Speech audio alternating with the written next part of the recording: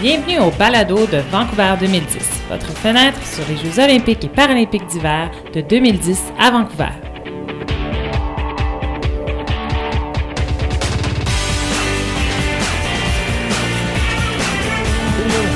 Go Canada! Le Canada vous souhaite la bienvenue Pour les Jeux olympiques d'hiver de 2010.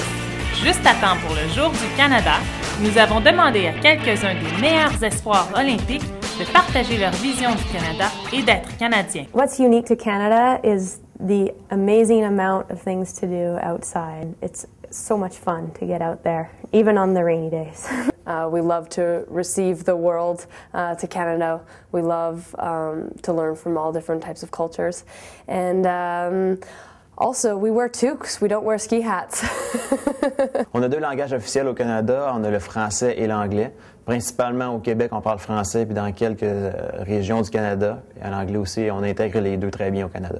A is something that goes at the end of a sentence that it's kind of just added on after. So it's just a normal conversation like, how was that hockey game, eh? It's very multi-ethnical, and it's a very nice place to see. I know some people who are always like, oh, I can tell you're Canadian. So I don't know what it is. I think we carry ourselves proudly but humbly at the same time.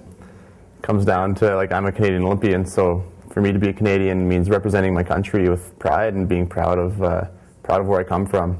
And we're very respected. People like us a lot. You know, you get smiles, you're like, oh, you're from Canada. And it's like, you're so friendly, and that's so fun. Conservative country, but at the same time, I guess it's kind of interesting that we take the mandate to be the number one country at the Olympics. As a Canadian, we're told that we say sorry too much, and that we say it oddly. I guess they think we say it sorry. We usually have Canada flags all over our jackets and our backpacks and stuff because we're always pretty proud to be Canadian, especially overseas. I think when you wear maple leaf on the other side of the world, people recognize that, and they're happy to see you, and I'm always happy to be wearing it. Well, I don't know what the feeling is, but I know, like, when I leave Canada and I'm gone away from Canada for a while and I finally get back into Canada, it's like such a huge relief. You know, it's like, wow, I'm home. Like, I love this country. I'm so glad to be back. And I think everybody feels that, you know. It's you realize how amazing it is here once you leave. Make sure you come for at least 2 months. We have a very big country. If somebody's coming to Canada for the first time, they have a lot they have to see and a lot they have to do. We have the eastern sea provinces where you can eat very good seafood, like New Brunswick, Nova Scotia, Prince Edward Island, that are very beautiful places to visit. For me, I have to go surfing in Halifax. And then you have Quebec, you have Gaspésie, where it's also on the seaboard. It's really nice. You have Quebec City, which is kind of a little Europe. The oldest city in North America. You have to go to Montreal. It's a must.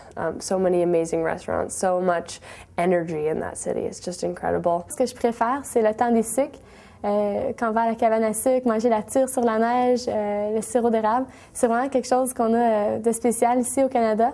Puis n'importe qui vient de l'extérieur, il faut vraiment qu'il essaie ça. You have the prairies where it's just, endless fields. You have to see the beautiful sunsets in the prairies and all that open road, open land. And then you go a little bit further over, and then, where I grew up in northern Alberta, sort of in the plains and in the forest. You have to go and ski in Banff. You have to go ski in Jasper, Marmot Basin. After that, you stretch out through the west, and it's like the western feel is like cowboy hats and cowboy boots, football and stuff like that. It's pretty cool too. On the west coast, we have the ocean. It's great. You go to Tofino, you can surf.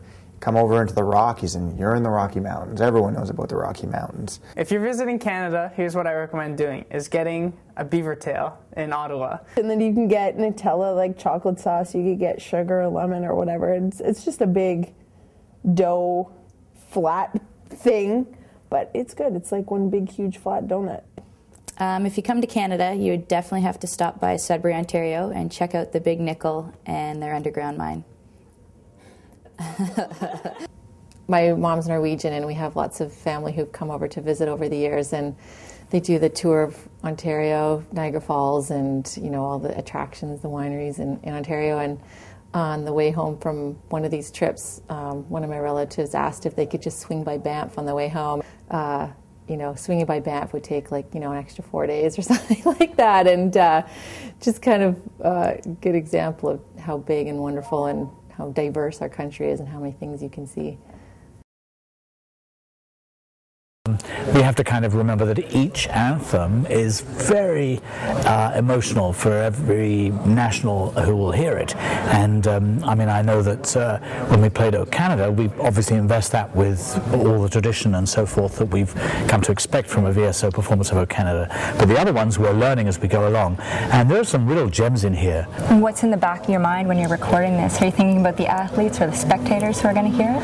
Well, one definitely thinks about that, the spectators, the athletes arriving in the Olympic Village, hearing each one of their anthems as they open up the room they're going to sleep in, where they're going to be basing themselves during the games. Plus, of course, that feeling of elation when you're on the podium and the gold medal is yours. It must be an incredible feeling, and we want to be able to play each anthem for each gold medalist with as great elan and energy as we possibly can.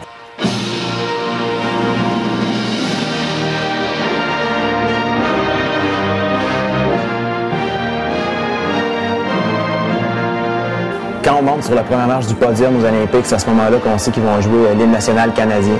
Puis c'est un moment vraiment unique dans une carrière parce qu'il y a beaucoup de chances que ça n'arrive pas. Puis une partie des Olympiques, c'est de savoir que si tu gagnes la médaille d'or, ils vont jouer l'hymne national pour toi. Donc c'est un moment que tu ne veux pas oublier jamais le reste de ta vie.